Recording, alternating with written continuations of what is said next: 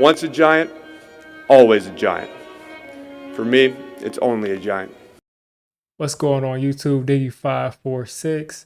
Definitely hit that subscribe button if you're new. Like the video if you like the video. And I won't tell if you click that bell.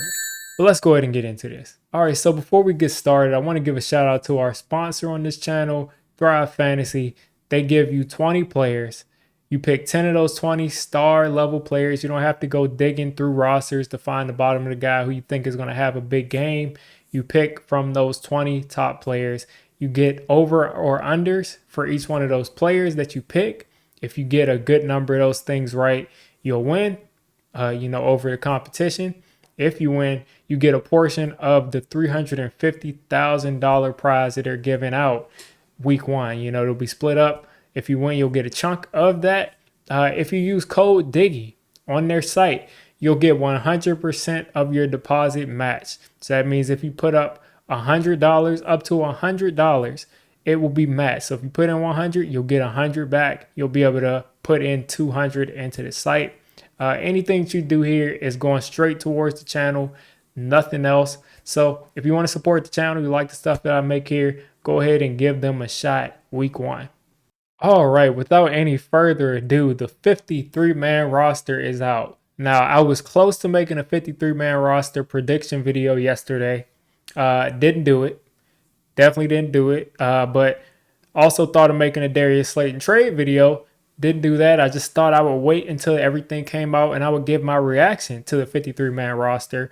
And there are a couple of surprises here as I look at this roster. I thought that Davis Webb would make the team. I definitely thought he would make the team. I don't think he won't be a part of this team, but I thought that they would just keep him as quarterback 3. It looks like they're going to probably keep him either on the practice squad or they're going to put someone on IR and they'll re-sign Davis Webb. So looking at the quarterbacks, they kept 2, Daniel Jones and Tyrod Taylor. Looking at the offensive line, you got Ben Bredesen, Josh Ezeudu, John Feliciano, Max Garcia. That Max Garcia really, came on at the end of this preseason and looked really good at center, especially. Mark Glowinski, Devery Hamilton, Shane Lemieux made the roster. I'm thinking he's an IR guy. Evan Neal and Andrew Thomas. So that's 9 offensive linemen. I think I had us keeping 9 offensive linemen on my prediction. I didn't make a video, but when I kind of wrote things out, I had us keeping 9. Same thing with wide receivers. I think we ended up keeping. Looks like we kept 7. Yeah, I thought we would keep 7 wide receivers. Kenny Golladay, Richie James, Wan'Dale Robinson, Sterling Shepard, David Sills. David Sills finally made the roster. Let's give him a round of applause. It's been years, and he has not been able to make that roster starting, day one. He got called up from the practice squad last year. He showed his stuff this whole offseason, and he finally made the roster, finally made the 53. Hopefully he doesn't get cut or, traded for somebody else. Or not traded, but you get what I'm saying. Hopefully we don't trade for somebody or do something and he ends up going back to the practice squad. It'll be good to see what he can do this year. Darius Slayton made the roster. A lot of people thought he wouldn't be on this roster. And then Kadarius Toney. Who knows if we'll ever see that dude play. But we kept 7 wideouts. I think that's imperative to keep 7 wideouts, especially if you're a team that focuses a lot on wide receivers. Only 2 tight ends. Not a huge surprise, especially because we kept Chris Myrick, and he's a fullback, but he's also a tight end. We have him listed as a fullback, but he's pretty much a tight end. He's been here for, 2-3 years. He's been a tight end every time. So we have pretty much 3 tight ends. He's listed as a fullback. Looking at running back, Saquon, no surprise. Breida, Brightwell. Myrick, as I said, at fullback. Antonio Williams as your running back 3. And, all right, yeah, he's your running back 3. And then Sandro Platzgummer. Now, he's here on the international exception, so he doesn't really count. I think we technically have 54 people. I would have to count it again, but I think he doesn't. I know he doesn't count against the actual roster. So he made the team. And something that's interesting is Platzgummer made this team again as an international exception.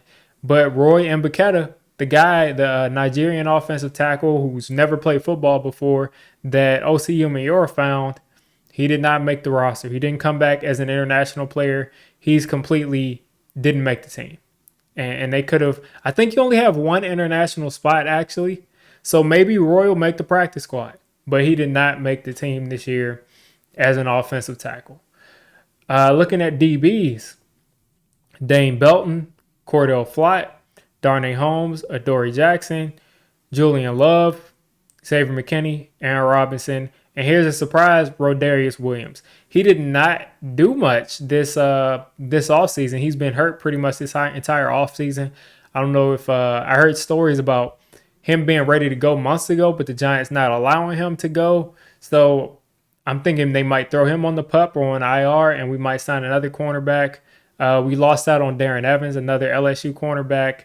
Not lost out, but we ended up having to release him, and we ended up having to release a couple of other guys who were solid guys, at least as far as, preseason goes, but nothing really special there. Defensive line, DJ Davison. We all knew that would probably happen. Justin Ellis has looked good in his time on the field.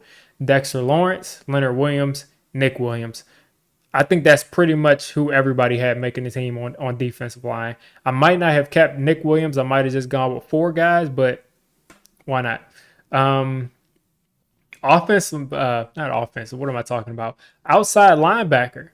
We actually, and I wanted to go to this. I wanted to get to this because linebackers, 2 surprise guys that we kept, in my opinion. I'll start off with outside linebacker because I just mentioned it. Tamon Fox.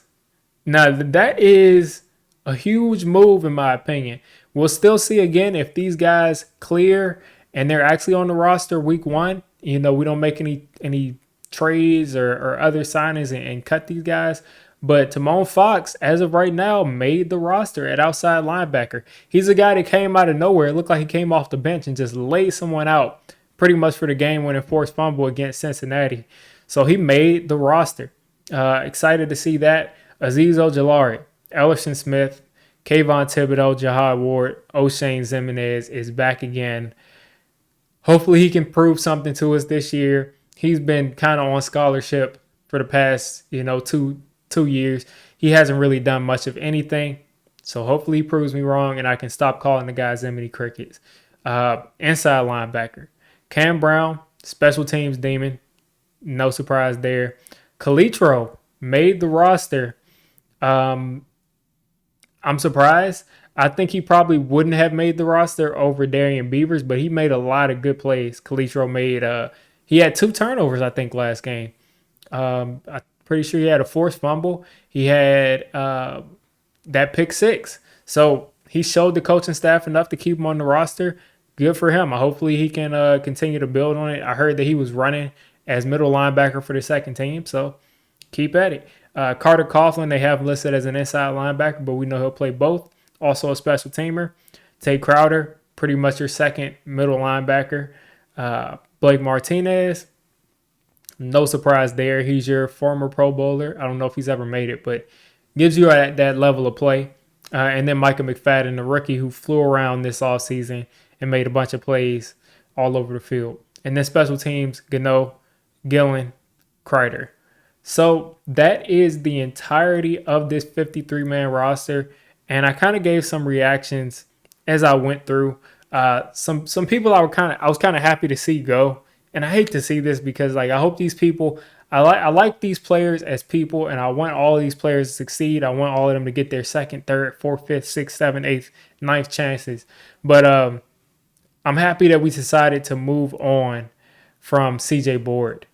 I really thought that CJ Board was that guy who was a special teamer, and he stayed on here because he was a special teamer.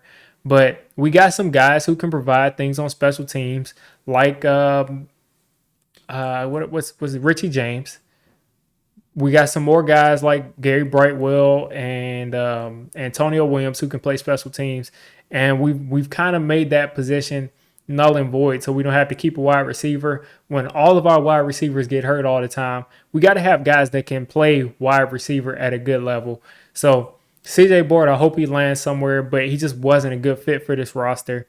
I was surprised Jamil Douglas got let go, to be honest with you. I like the way Jamil Douglas played and what I watched.